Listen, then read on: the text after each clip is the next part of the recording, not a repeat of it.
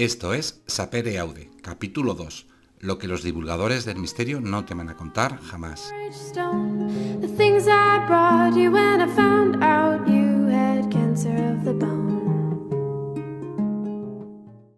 Y como este vídeo podría perfectamente llamarse el vídeo de la triple vergüenza, voy a intentar compensarlo con la adorable Micaela Davis. Su música va a sonar a lo largo de este vídeo, que va a interpretar la cover de Sufjan Stevens de la canción Kashmir Pulaski Day, de libre disposición y gratuita en su página de SoundCloud, que dejaré en la descripción por si os apetece visitar. Y entonces, Micaela, por favor, dale un poquito al arpa.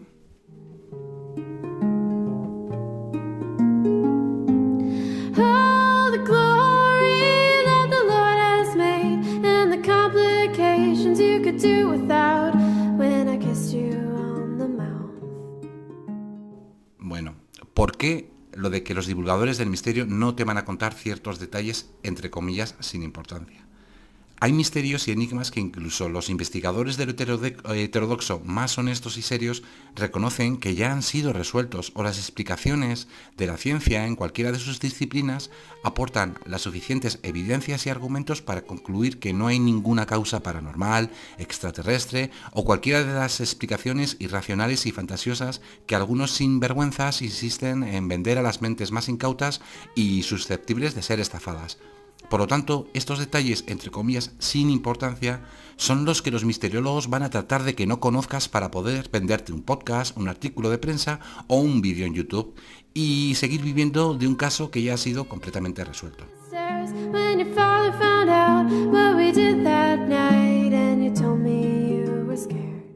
Ten en cuenta que, lejos de lo que probablemente creas, los casos realmente extraños del misterio son muy escasos. Cuando digo muy escasos lo estoy diciendo en mayúsculas. Por lo tanto, algunos sinvergüenzas o se inventan nuevos temas o los casos existentes ya resueltos se niegan a darles un carpetazo, a cerrarlos. Yo lo entiendo, pero no lo comparto. Lo entiendo porque el mundo del misterio sería realmente aburrido, hablando una y otra vez de la decena o quincena de sucesos hasta ahora no explicados. Y no lo comparto porque los investigadores íntegros tienen como finalidad resolver y dar explicación a lo que están investigando. Y la mayoría de los expedientes del misterio ya han sido explicados y demostrados. Ser misteriólogo honesto es una profesión dura, ya que no tienes los suficientes enigmas relevantes para ganarte la vida. En cambio, ser un misteriólogo estafador es muy rentable. Solo necesitas imaginación y un grupo abundante de incautos vagos que no buscan por sí mismos la información y gente con ganas de creer en este tipo de fantasías. El caso de hoy sería el ejemplo perfecto de lo que os acabo de contar. El vídeo de la triple vergüenza. Vergüenza porque hay un estafador que va a convertir un misterio en algo que no lo es.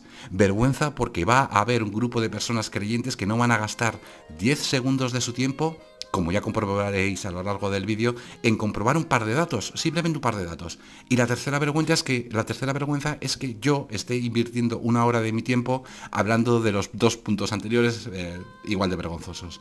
Así que, como siempre, después de ver este vídeo, contrasta lo que te explicaré a continuación con los datos que ya sabías y quédate con lo que te haga más feliz. Pero al menos acuéstate tranquilo esta noche sabiendo que tienes todos los datos posibles y que no solo dispones de una versión parcializada de un vendedor de enigmas.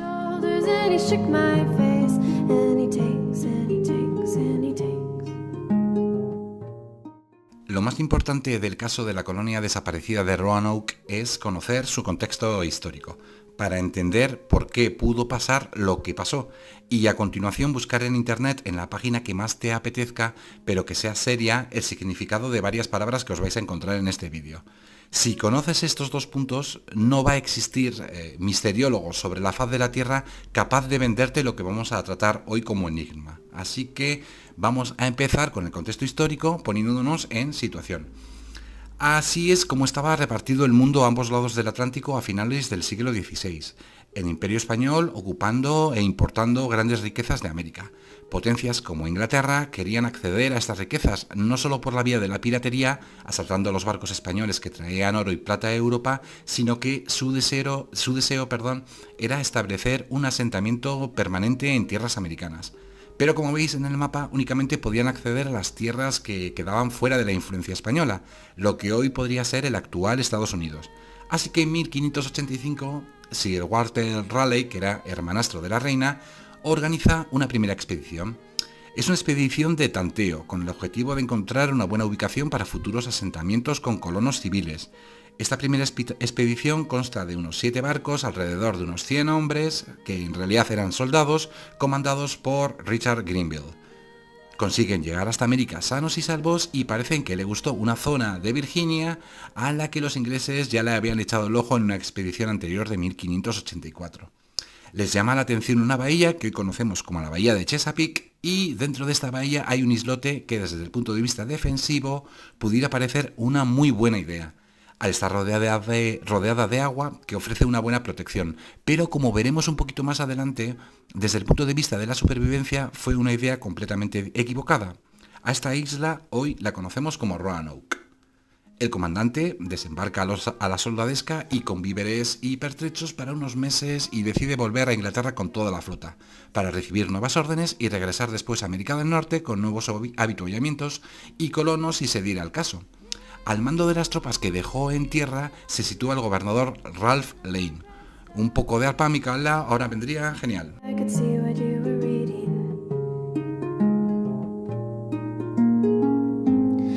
Hasta este momento todo normal, no ha ocurrido nada extraño, pero sí me gustaría incidir en que os imaginéis la escena. Unos soldados aislados en una tierra que no conocen, con la incertidumbre de si regresarán a por ellos, ya que las comunicaciones en aquella época no son como las de ahora. Recordad que los viajes transoceánicos podían durar semanas, si los vientos eran favorables, más organizar una expedición de regreso, más la duración de ese viaje de retorno a América. Así que lo único cierto que rondaba por la cabeza de estos primeros expedicionarios ingleses era el absoluto aislamiento. Y no olvidemos la incertidumbre de que algún grupo de reconocimiento español los pudiera detectar y los echase de allí a patadas. Así que van pasando los días y lo más importante, por supuesto, es construir una empalizada a modo de defensa. Esta empalizada tiene forma circular, la construyen, se sienten seguros, pero siguen pasando los días y las semanas y se producen los primeros contactos con los indígenas de la zona. En estos primeros contactos ya se empiezan a ocasionar momentos de tensión. Como buenos británicos se producen las primeras escenas de abuso y maltrato. Siguen pasando las semanas y los víveres, la comida empieza a agotarse. La elección de la isla por motivos defensivos, como habíamos dicho antes, había sido muy buena idea, pero Roanoke es una isla prácticamente estéril para el cultivo, para cultivar verduras, por ejemplo.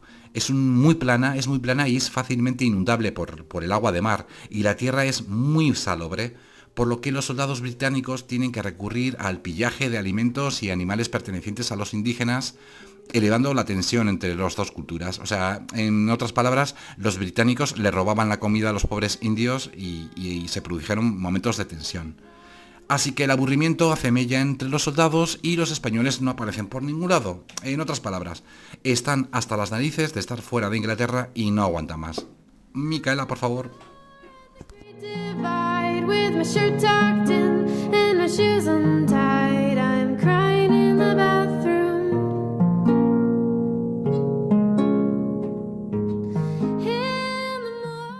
A continuación, se va a producir una de esas carambolas del destino, que va a repercutir en el famoso mito de la desaparición de la colonia de Roanoke.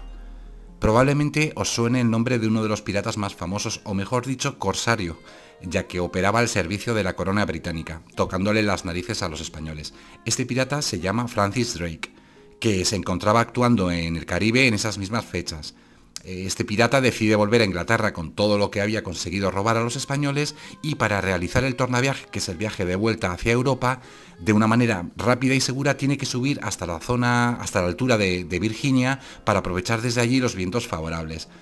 Siguen las casualidades de la vida porque Drake entra en contacto con estos soldados que se encontraban en Roanoke, y estos le cuentan la situación, que ya no disponen de comida, que se aburren, que los indígenas están empezando a poner violentos porque no se dejan robar los alimentos, y que como por allí no aparecen los españoles, no saben en qué pasar el rato y se aburren mucho.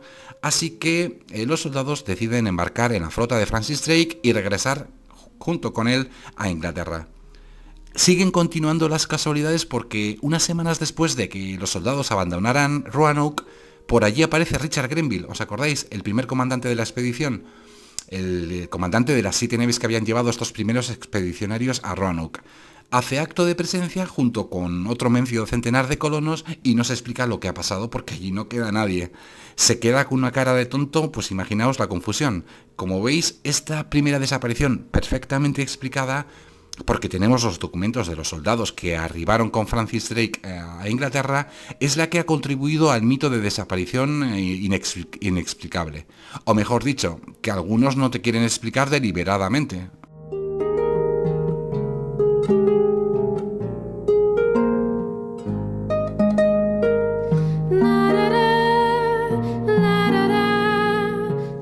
Greenville desembarca a los civiles y se vuelve a Inglaterra. Por supuesto, a Greenville, una vez que llega a las Islas Británicas, le ponen sobre aviso y le cuentan que a los soldados no les ha ocurrido absolutamente nada y que habían decidido embarcar en la flota de Francis Drake y regresar por su cuenta a Inglaterra. Una vez aclarada la situación, vemos que hasta aquí todo por ahora sigue normal.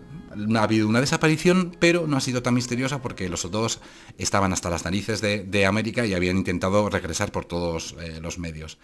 Un año más tarde, en el año 1587, Sir Walter Raleigh organiza una segunda expedición, pero esta vez con colonos civiles, no con soldados. Es una expedición mucho mejor preparada, con útiles de labranza y todo lo necesario para poder sobrevivir durante un largo periodo de tiempo en tierras americanas. Al mando de esta expedición sitúan al señor John White. Esta segunda expedición consigue, por supuesto, también llegar sana y salva a Virginia, a la isla de Roanoke, en la bahía de Chesapeake, y empiezan a asentarse esta vez ya como un poblado en serio. Lástima porque al poco tiempo ocurre un hecho bastante desafortunado, ya que al parecer se produce un incidente con los indígenas y un colono resulta muerto. Los ingleses entran en pánico, están rodeados de indígenas y si estos se vuelven más hostiles, pues puede acabar eso en un baño de sangre. Así que le encargan a John White, con los barcos en los que habían llegado a América, que intente regresar a Inglaterra lo más rápido posible para traer refuerzos de las islas. Refuerzos en la forma de soldados y a la vez, aprovechando el viaje, por supuesto, que traiga más materiales para poder ir agrandando el poblado. Esta vez ya están todos sobre aviso. Recordad que antes se ha producido una especie de desaparición, que al final no fue tal desaparición, pero se produjo un hecho bastante confuso. Así que esta vez lo que acuerdan es que no vuelva a pasar en cierta manera lo mismo. Así que se ponen de acuerdo para que en un determinado árbol que solo conoce John White y los colonos, sobre la corteza de ese árbol, en el caso de que sean atacados por los indígenas o por los españoles, intenten grabar en la corteza de árbol la cruz de Malta. Así, cuando alguien regrese a América, a la isla de Roanoke, y se encuentre con el mismo panorama como había ocurrido la primera vez, que no quedaba allí nadie y no había explicación absoluta de lo que hubiera podido pasar, si alguien regresa a la isla y encuentra una marca de la cruz de Malta, pues va a poder saber, pues bueno, que ya los culpables han sido los indígenas o los españoles y ya se tomarán medidas, pero por lo menos que queden las cosas claras.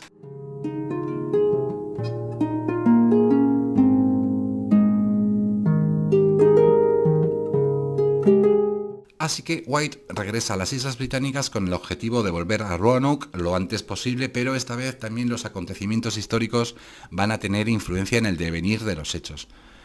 Precisamente en esas fechas España le declara la guerra a Inglaterra y se produce el intento del Imperio Español de la invasión de las Islas Británicas por parte de la Armada Invencible. Por lo tanto, todos los barcos y todos los recursos ingleses estaban enfocados en la defensa de las islas y, por supuesto, John White, ya en Inglaterra, encuentra graves dificultades para poder reunir otra flota que retornase a Roanoke para proveer de los refuerzos prometidos. Esta misión le lleva a John White 3 años. 3 años en los que la colonia de Roanoke queda completamente abandonada a su suerte. Imaginad todo lo que puede ocurrir en 3 años. A finales de 1590, por fin, White consigue los barcos y los recursos necesarios para regresar a América y emprende el viaje de retorno. Y, por segunda vez en esta historia, al desembarcar en su destino, no encuentra a nadie. White se dirige al árbol donde debiera estar la marca que indicara un ataque, la cruz de Malta, y al llegar allí, en vez de la cruz, encuentra grabada una palabra.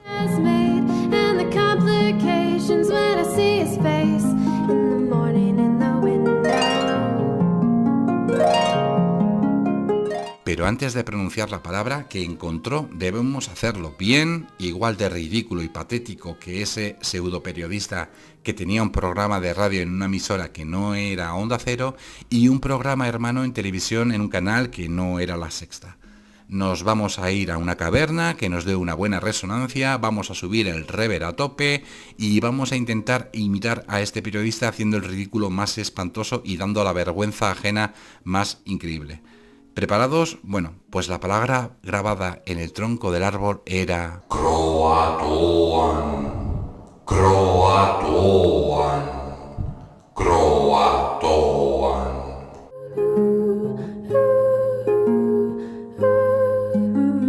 Bueno, la palabra es Croatoan, que con la payasada pues no la he pronunciado bien, pero imaginaos a un periodista en televisión con mucha reverberación, mirándote a los ojos con una cara muy seria, pronunciando esta palabra. En una mente un poquito incauta, un poquito inocente, al escuchar esta palabra de una manera tan seria, lo primero que va a pensar es que Croatoan pueda significar una entidad maléfica que habita en los bosques, una entidad ancestral que mató a todos los invasores extranjeros europeos.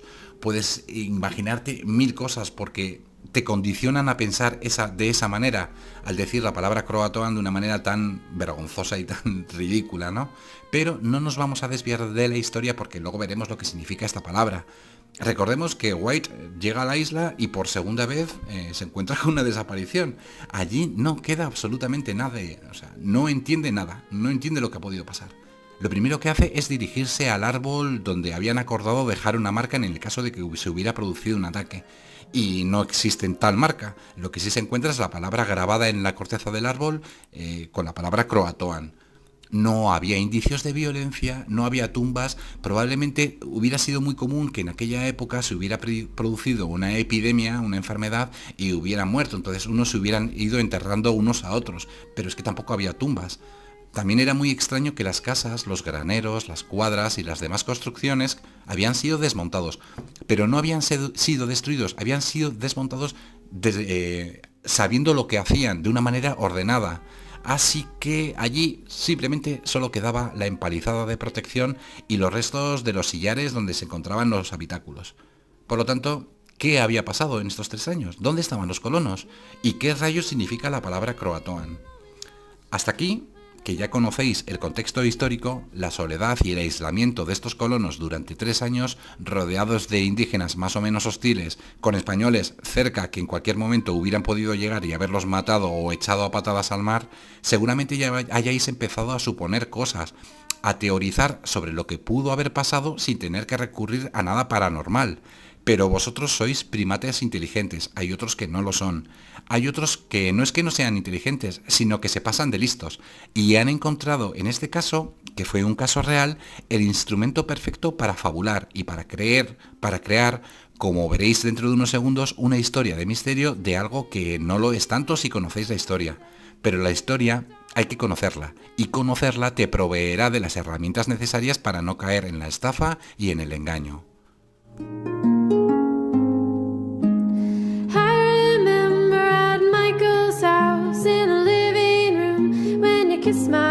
Mi objetivo con este vídeo, como con toda la serie de vídeos de Sapereaude, es proveer de herramientas a las personas, a los creyentes que siempre han recibido la información desde una parte, desde el punto de vista del misterio más radical y estrambótico. Entonces, no vamos a obligar, por supuesto, a nadie a creer de una u otra manera, simplemente que darle las herramientas necesarias para que saquéis vuestras propias conclusiones. Vamos a seguir dentro de unos segunditos con la explicación racional, pero nos vamos a centrar en lo que van por ahí publicando charlatanes y misteriólogos, las teorías tan estrambóticas, absurdas y peregrinas que nos podemos encontrar en YouTube, en podcast o en artículos de prensa. Así que nos centramos en una serie de teorías, como por ejemplo que los colonos desaparecieron por un portal dimensional, o que los europeos, los colonos, se los llevaron los extraterrestres. Por fin aparecen ya los aliens porque se les echaba de menos. O que una niebla misteriosa y maligna cubrió la isla haciendo desaparecer a los colonos. Esta teoría os va a sonar muchísimo porque es en la que se basa Stephen King para escribir su novela La niebla. Así que podéis encontrar Teorías de todo tipo, más fantasiosas, menos fantasiosas, pero a mí la que más me indigna es la relacionada con la palabra croatoan. Recordad que al principio del vídeo dijimos que este documento iba a ser el documento de la triple vergüenza y que en uno de esos puntos de la vergüenza era relacionado con los creyentes. Saber lo que significa la palabra croatoan no te va a llevar más de 10 segundos, es simplemente ponerle interés e ir a una página de internet donde tú quieras y buscar su significado. Y en cuanto lo encuentres, el misterio se va a derrumbar, porque croatoan no significa otra cosa que el nombre de una de las tribus de indígenas que había en la zona, en Virginia. Por lo tanto, ¿dónde está el misterio? Te han intentado vender que croatoan era algo paranormal, misterioso, enigmático, infernal. Pero no, Croatoan es el nombre simplemente de los indios de la zona, junto con los Secotoan y la tribu mayoritaria que eran los algoquinos. Por lo tanto, el hecho de que alguien escribiese en el tronco de un árbol la palabra Croatoan, pues no sabemos qué pudo ocurrir después. Lo que sí sabemos es que Croatoan significa el nombre de una tribu y que ese nombre grabado en el tronco del árbol tiene que ver con algo que pasó con estos indios. Así que hasta aquí yo creo que el misterio bastante resuelto. No sé qué pensaréis.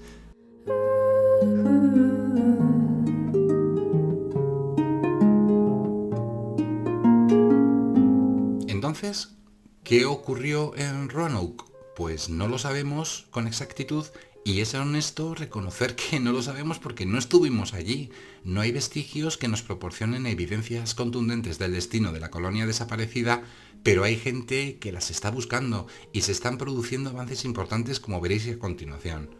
Por el contexto histórico y haciendo un resumen de los datos que tenemos hasta ahora, habréis podido deducir que en 3 años de aislamiento se pueden barajar muchísimas posibilidades lógicas sin la necesidad de recurrir a nada paranormal. El indicio definitivo puede ser que las casas y los demás habitáculos fueron desmontados de una manera ordenada. Las personas que lo hicieron sabían cómo lo tenían que hacer. Recapitulando también, podemos recordar que no hay restos de sangre, ni violencia, ni tumbas, ni nada que hiciera suponer que se hubiera producido un ataque. Además, nunca se encontró la cruz de Malta en el árbol destinado, y sí que se encontró tallado el nombre de la tribu Croatoan. Entonces alguien se tomó la molestia de tallar este nombre por algún motivo que desconocemos. Por lo tanto, todo nos conduce a pensar que por algún motivo los colonos decidieron abandonar el asentamiento por su propia voluntad, de una manera ordenada y llevándose todo lo que ellos consideraron necesario para subsistir en algún otro lugar. Recordad que al principio del vídeo, en la primera expedición, los soldados lo pasaron realmente mal, ya que la isla no es cultivable, así que estas personas lo más probable es que decidieran cambiar de ubicación. De hecho, mirad estos restos. Se han encontrado a unos 30 kilómetros enfrente de la isla de Roanoke. Son vasijas y cerámicas inglesas de hace 5 siglos. También se han encontrado restos de clavos y mosquetes de la misma época. No podemos asegurar que pertenecieran a los colonos de Roanoke, pero desde luego las probabilidades son altísimas. No nos podemos olvidar de los Croatoan, eran sus tierras, y los colonos, de alguna u otra manera, tuvieron que contar con su permiso para poder moverse por el territorio. Si se hubieran producido hostilidades, los colonos no hubieran tenido desde luego ninguna posibilidad, y de haber sido así, lo más lógico hubiera sido pensar que los cuerpos probablemente nunca aparezcan, ya que los croatoan pues no eran tontos, sabían de la debilidad de los colonos civiles, pero también conocían la ferocidad de los soldados que habían estado anteriormente, el maltrato al que habían sido sometidos, así que probablemente lo más lógico es pensar que hacer desaparecer los cuerpos antes de que regresen los soldados y que tomen por supuesto represalias pudiera haber sido una buena opción.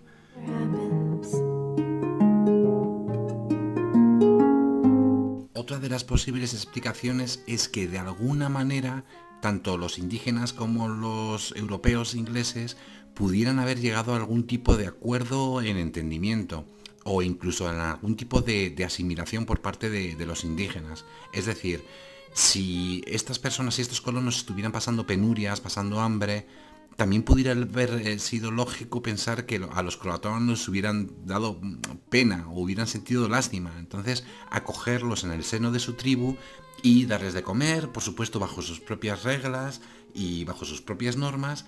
Y esta teoría que estamos comentando tiene una explicación porque en la zona este de los Estados Unidos, los descendientes de las tribus indígenas originarias tienen rasgos europeos. Hay indígenas que tienen los ojos rubios, los ojos azules, pelo rubio, una tez de piel mucho más clara, que al principio se pensó que en algún momento de la historia estos indígenas pudieran haberse cruzado con el hombre blanco europeo, y de ahí nace que igual esta teoría encajaría en el sentido de que los colonos hubieran sido asimilados por las tribus, los Secotoan y los Croatoan, y de ahí hubieran nacido hijos que serían los descendientes que nos encontramos en Estados Unidos, que tienen este aspecto tan europeo.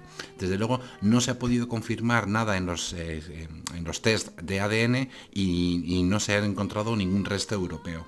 Pero, como veis, son teorías más o menos factibles que pudieran haber ocurrido sin recurrir a nada fantasioso. Desde luego no sabemos exactamente lo que ocurrió, probablemente igual nunca lo sepamos, pero el objetivo de este vídeo era que encontraseis las herramientas necesarias para ver que puede haber otros puntos de vista más realistas.